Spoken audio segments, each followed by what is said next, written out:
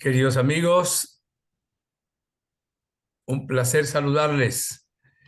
Espero que estén muy bien, porque siempre estamos en los corazones de Jesús y de María. Disculpen que le estoy acomodando la imagen. Les habla el Padre Inocencio Llamas. Estamos en este momento para tocar un tema relativamente corto. Tiene que ver con las instrucciones que ha dado ahora el día 17 de mayo el Vaticano, digamos, a través de una de las congregaciones, que es la de la fe, sobre la actitud que hay que tomar con respecto a la aprobación o no de los fenómenos sobrenaturales, de las apariciones, etcétera, etcétera.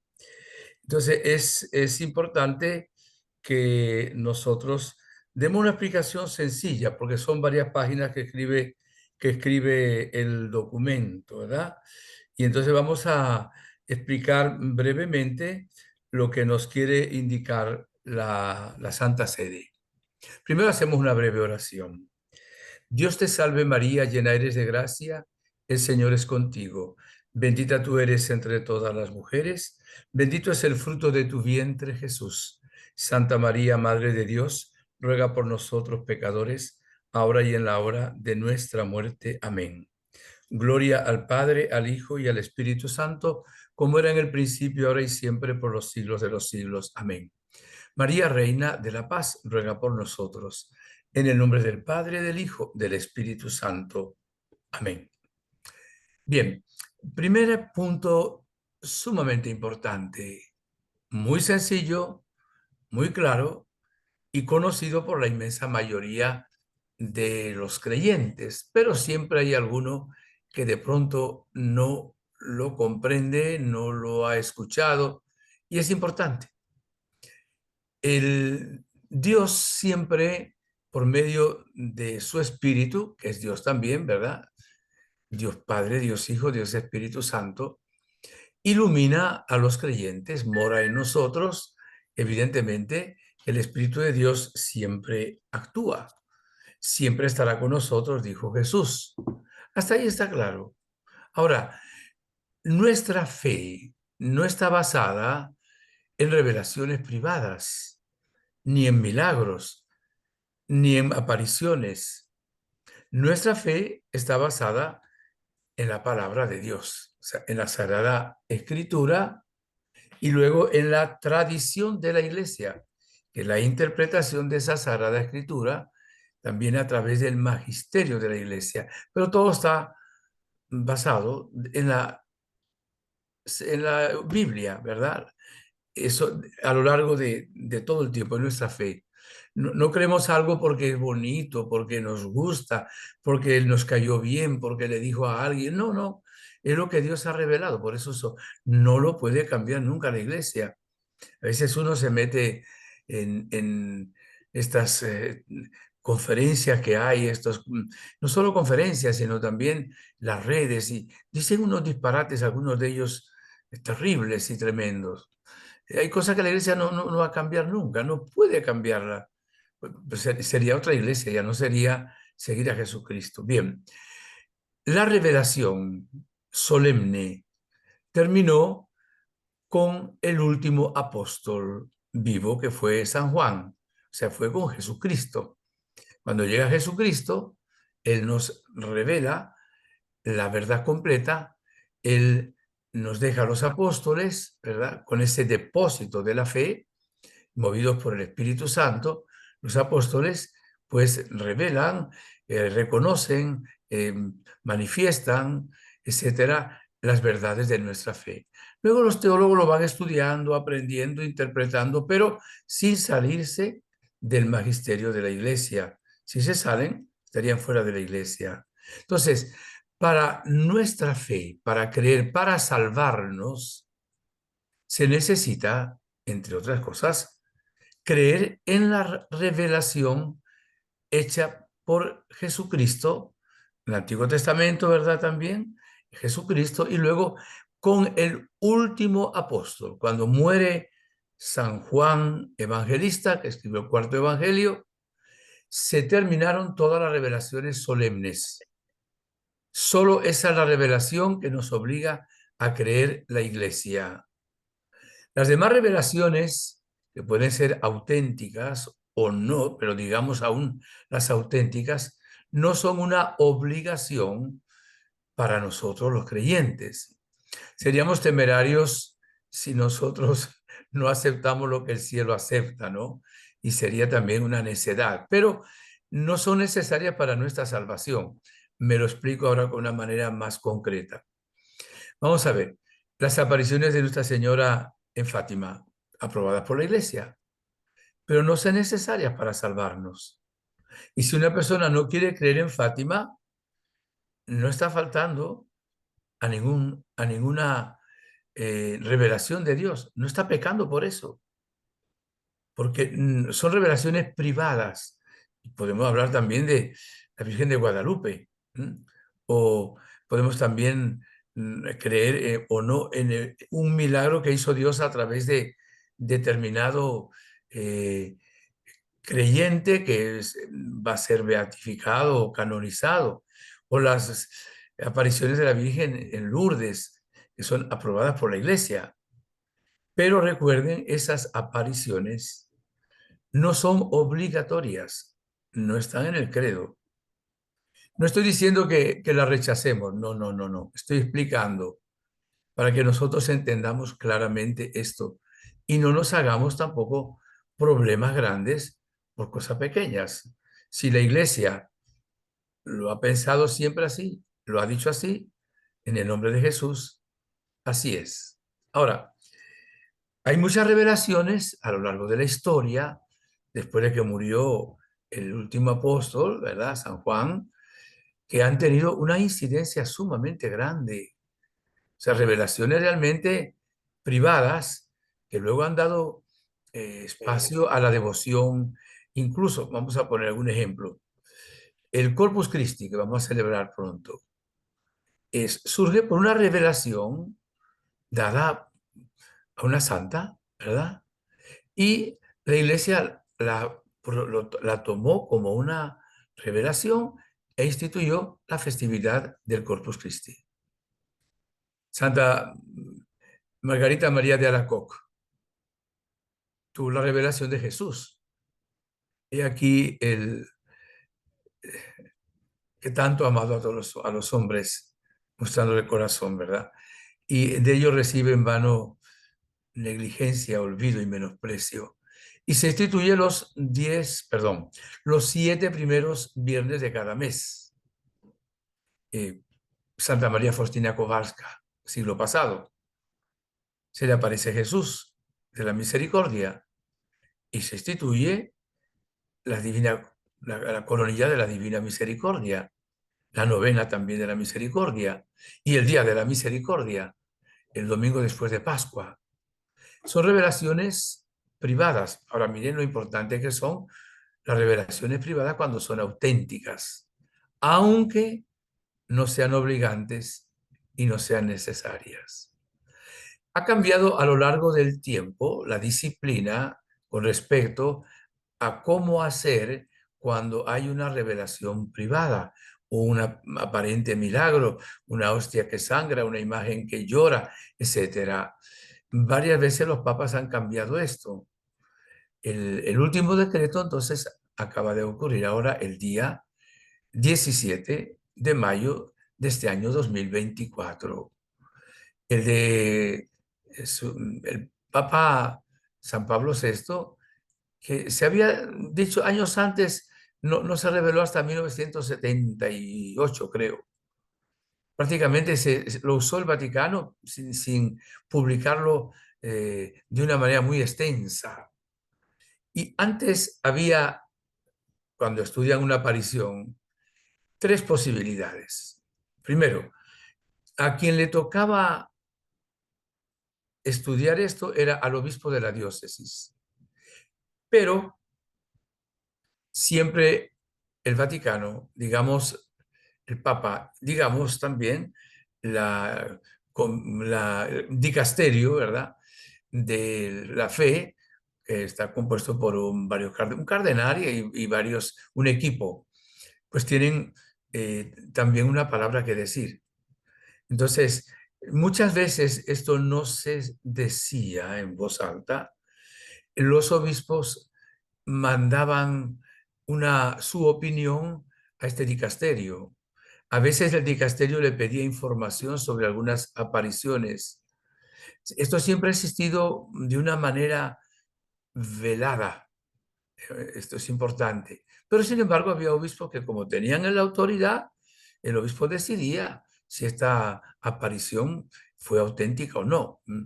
El obispo de Los Teques en Venezuela, Monseñor Pío Bello, él mm, pues aprobó, pero eso sí, después de un estudio y cualquier cantidad de testigos y él mismo usó centenares de horas de tiempo para estudiarlo, que las apariciones que hubo en Venezuela fueron auténticas.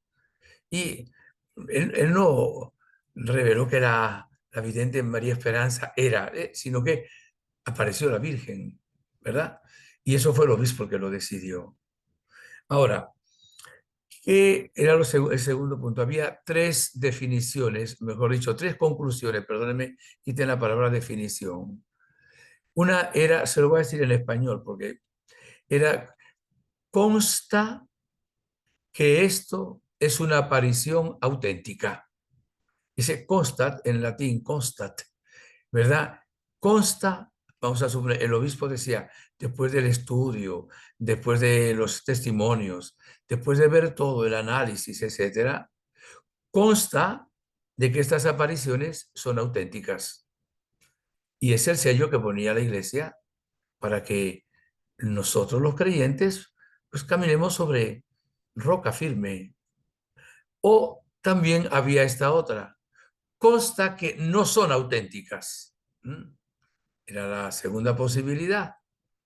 Entonces, si un obispo decía, no son auténticas, por esto, por esto, por esto, por lo otro, pues tenemos que obedecer al obispo. Y había otra tercera posición. Todavía no consta que sean auténticas y tampoco consta que no lo sean. No consta todavía que sean, hay que seguir estudiando. Esto es importante. Serán las tres definiciones nada más. Consta, repito, consta que son auténticas, consta que no son auténticas o todavía no consta si son o no son auténticas. Se lo digo en una traducción española más clara que las mismas palabras latinas. También en este documento nos dieron las palabras latinas, pues trataremos de explicarlas un poquito. ¿Cuál es el cambio que ha habido sobre esto? Ha habido cambio primero porque, mire, a lo largo de la historia se han dado también algunos errores. A veces algunas apariciones las han, o algunos fenómenos de esta índole, los han aprobado a la carrera sin haberlos estudiado bien, o los han negado a la carrera sin haberlos estudiado bien. O también han pasado muchos años, a veces más de centenares de años para poder declarar si era o no era una aparición. Entonces, esa parte es positiva. El dicasterio, ¿verdad? Bajo la autoridad luego del Papa, Víctor Fernández, ¿verdad? Es el cardenal encargado, pues nos ha dicho que ahora no va solo el obispo, que era el que tenía normalmente, pues la decisión, sino que el obispo siempre va a seguir estudiando cualquier aparición dada en su diócesis, pero puede y debe estar en consonancia y en contacto con el dicasterio de Roma para ver cómo están las cosas. Y no va a tomar una decisión final sin que el dicasterio o la congregación de fe se lo autorice. O sea que esa es una diferencia de antes. Ahora también la otra, que es la que dije, solamente había tres opciones. Bueno, en todo lo que se ha hecho, que ha sido todo un equipo también, lo han estudiado, después la última palabra la tuvo el Papa, se lo presentaron el 4 de mayo y él aprobó este nuevo documento. Se llega ahora no a 3 decisiones, a 6 decisiones, para que realmente se pueda, de una manera mucho más clara, llegar a un feliz término. Vamos a ver, voy a usar primero las palabras, no se asusten, por el nombre latino, y luego voy a explicar lo que dice el documento. Nihil obstat, esa es la primera palabra, que se traduce no hay nada de obstáculo, o sea, nada impide. Nihil es nada, obstat, nada es un obstáculo, nada lo obstaculiza. Antes era nihil obstat para creer que son auténticas. Ahora aquí hay un cambio. Dice el documento, aunque no se expresa ninguna certeza en cuanto a la autenticidad sobrenatural del fenómeno, se reconocen muchos signos de una acción del Espíritu Santo en medio de una determinada experiencia espiritual y no se han detectado, al menos hasta el momento, aspectos especialmente problemáticos o arriesgados. Por ello, se anima al obispo diocesano a apreciar el valor pastoral y también a promover la difusión de esta propuesta espiritual, incluso a través de posibles peregrinaciones a un lugar santo. Esto es importante. O sea que antes decía, consta de que son sobrenaturales. Ahora dice, no consta que no lo sean. O sea, no hay nada que lo obstaculice. Pero es que antes algunas personas tomaban esto como si tuviéramos que creer, por eso comencé la enseñanza, que al decir la iglesia apruebo estas apariciones, ya tendrían el mismo valor del, qué sé yo, de la Biblia, de la tradición de la iglesia, del magisterio, ¿no? Y por eso han querido quitarle como importancia a ese término, ¿verdad? De nil obstat, nada obsta, nada obstaculiza, pero ya cambió. Antes era, son aprobadas. Ahora no hay dificultad para que sean aprobadas. Es un cambio, yo diría que relativamente sustancial, pero es como para defender, para proteger y para acelerar un poquito más. Después tocaremos un poquito una opinión sobre cómo queda ahora Medjugorje. Otro, número 2, preoculis abeatur. Me hubiera gustado que hubieran puesto las expresiones en castellano, ¿verdad? Sí, hay que tener bajo los ojos, bajo la mirada, esa aparición, ese fenómeno, esa revelación, etcétera, etcétera. O sea, hay que estar atentos con los ojos. Hay que tener a la vista, en los ojos, lo que dicen y lo que presentan. Y bien, si bien se reconocen importantes signos positivos en este número 2, se advierten también algunos elementos de confusión o posibles riesgos que requieren un cuidado de discernimiento y diálogo con los destinatarios de una determinada experiencia espiritual por parte del obispo diocesano. Si hay escritos o mensajes, pueden ser necesaria una clarificación doctrinal. En la primera parte, no está ni lo está, ¿verdad? No había nada, nada en contra. Aquí hay alguna confusión, alguna duda, algún riesgo, y entonces dice, hay que estar, le vamos a decir una expresión un poco elegante para un documento de, se dice en Venezuela, hay que estar mosca, o sea, hay que estar muy atento. Bueno, vamos ahora con la tercera. Curatur es un latín que se dice, téngase cuidado.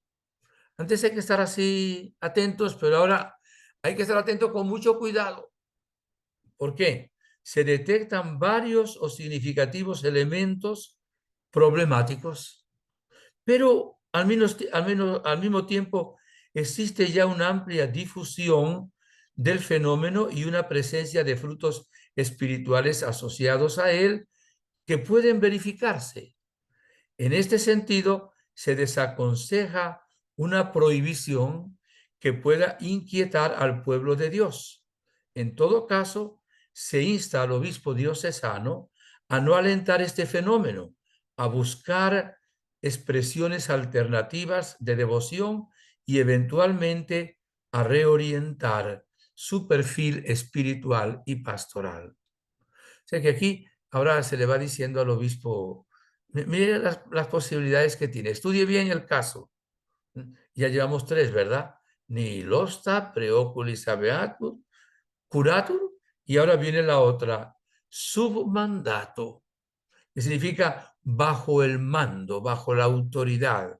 Dice así, los problemas detectados no están relacionados con el fenómeno en sí, rico en elementos positivos, sino con una persona, una familia o un grupo de personas que hacen uso impropio del mismo.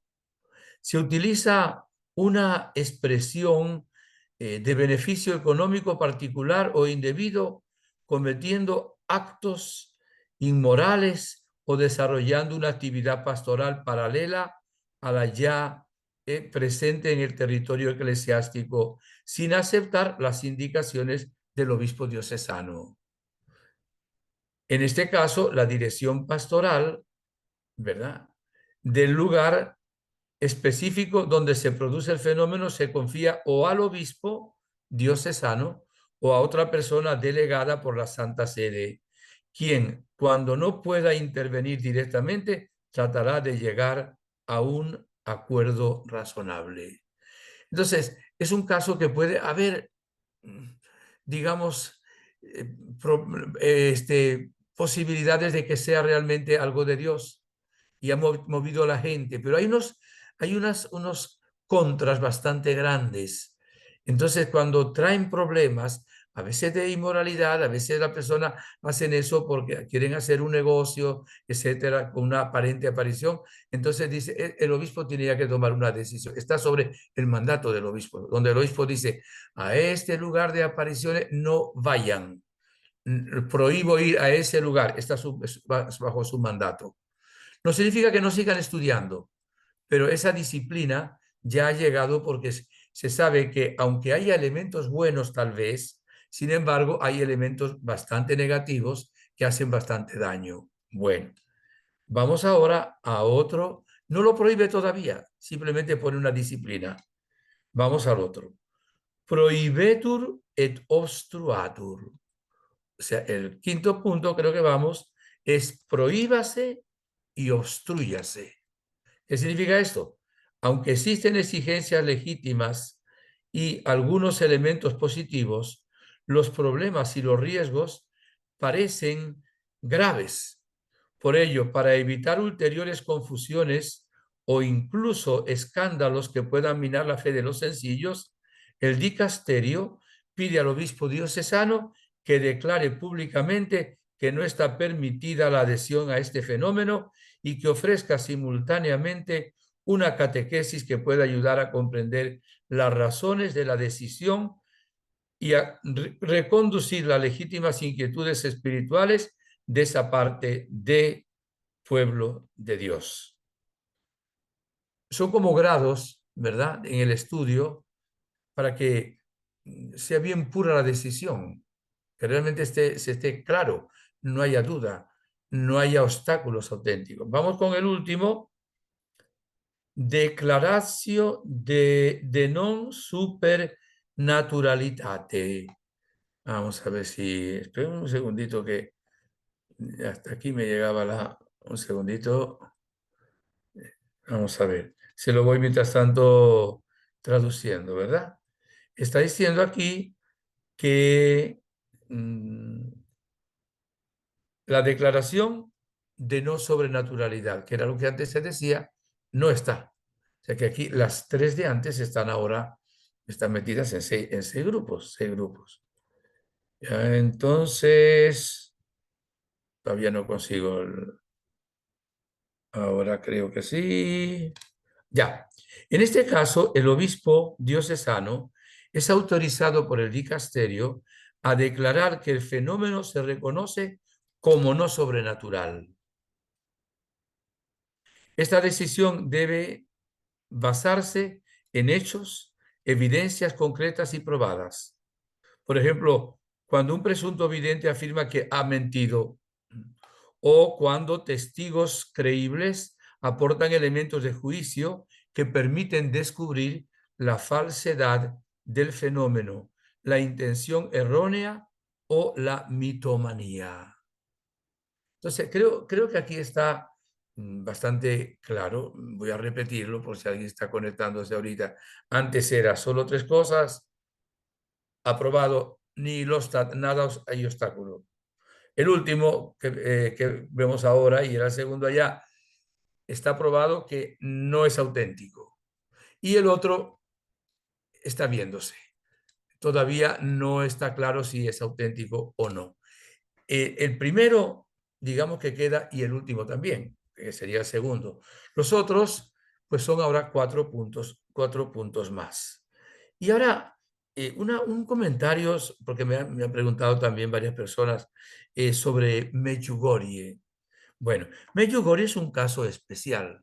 También la doctrina de este documento dice que el Papa en cualquier momento, por supuesto, tiene la autoridad para decidir él, o sea, independientemente de lo que sea reportado el obispo o no, lo tendrá en cuenta, por supuesto, pero él tiene la autoridad por encima incluso pues, del dicasterio o de la congregación de la fe. Esto es importante.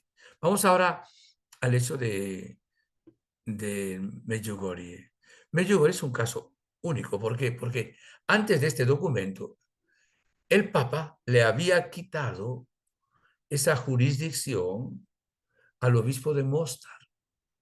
Primero se lo dio a la Conferencia Episcopal de Yugoslavia por completo. Y luego, cuando termina no existe ya, porque no existía Yugoslavia, viene otro obispo, le vuelve a quitar la jurisdicción. Se sabe que esos obispos, porque eran primero uno, luego otro, iban a dictaminar que no eran auténticas las apariciones. Y el Papa le quitó la jurisdicción. Acuérdense que hubo la comisión Ruini por el Papa Benedicto, que estuvieron casi 4 años estudiando esto, ¿verdad? Los resultados se los dieron al dicasterio.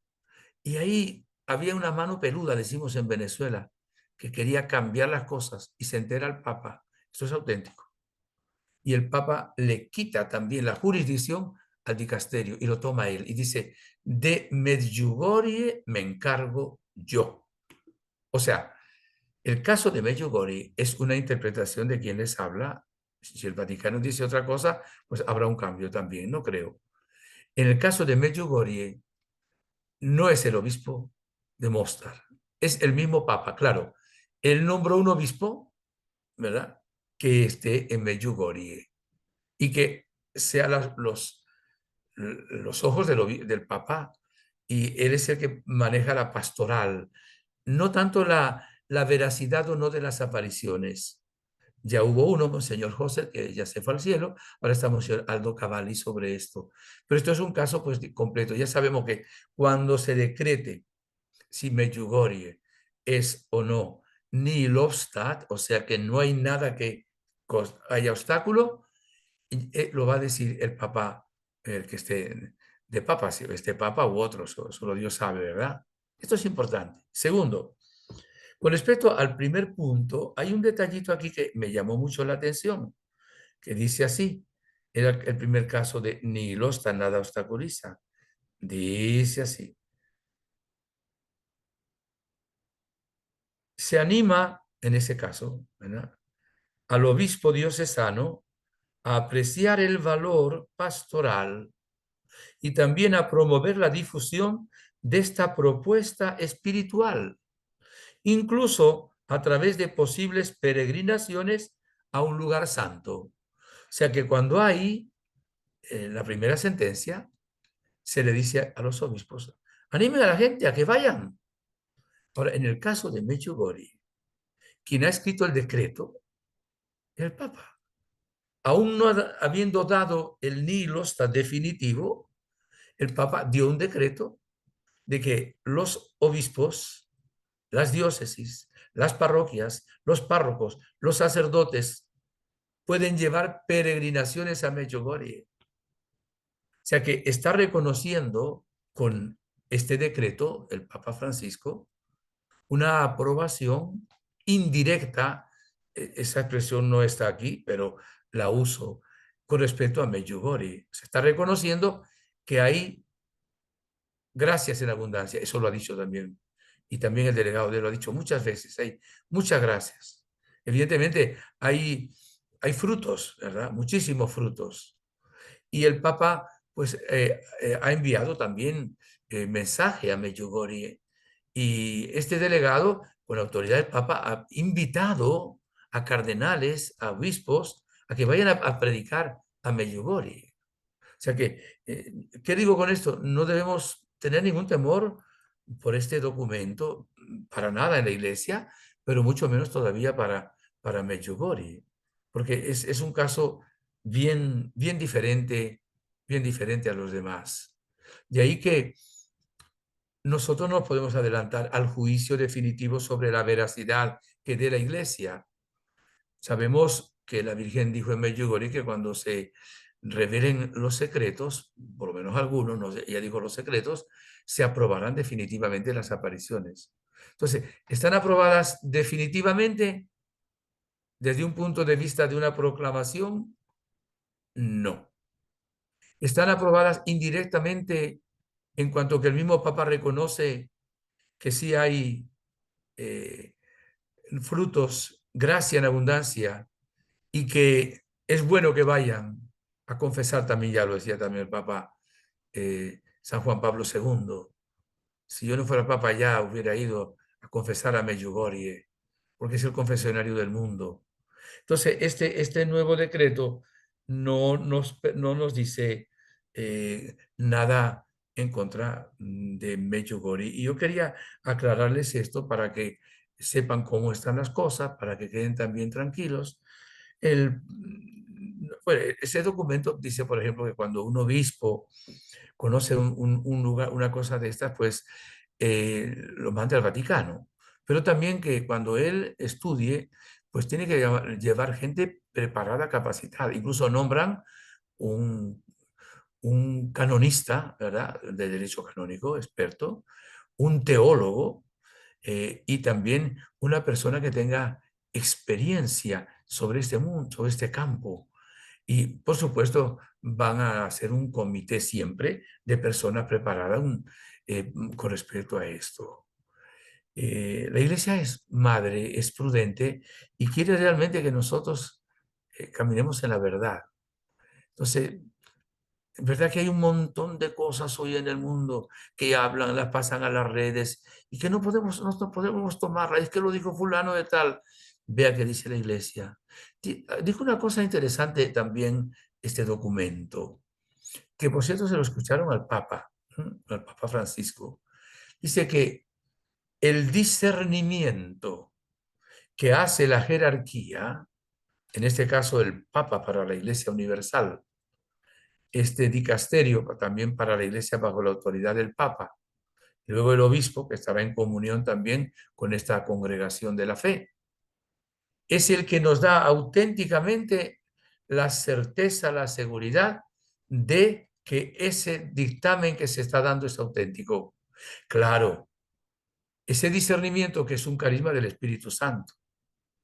Y a la jerarquía se le ha dado esa gracia de poder discernir. Hay que orar por ellos para que sean dóciles al Espíritu Santo. Ellos verán los frutos, verán los testimonios, verán los escritores, verán que todo lo que se ha dicho ahí, lo que se ha escrito por parte de los videntes o supuestos videntes, están en auténtica armonía con lo que dice la palabra de Dios, la Biblia y la doctrina de la Iglesia. O sea, tienen argumentos de estudio, ¿verdad? Para luego dar el discernimiento, esa es la palabra. Hay que discernir. A mí a veces me llegan, mire, yo escuché y vi que va a haber esto y esto y esto. Digo, ¿qué ha discernido la iglesia sobre eso? No, nada todavía, entonces no lo crean. No lo crean porque pues, se van a poner nerviosos, se van a poner llenos de ansiedad, de angustia. Y fíjese, la Virgen María no viene a meternos miedo, viene a darnos los remedios para solucionar los problemas, viene a estar con nosotros. Así que no debemos temer nunca de miedo.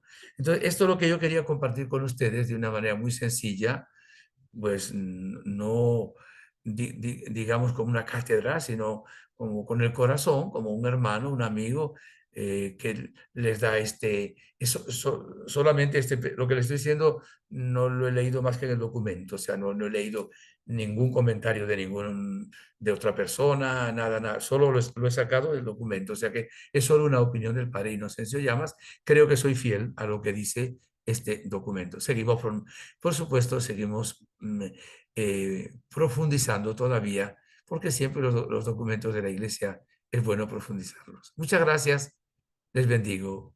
Que la bendición de Dios Todopoderoso, Padre, Hijo, Espíritu Santo, descienda sobre ustedes y les acompañe siempre. Muchas gracias.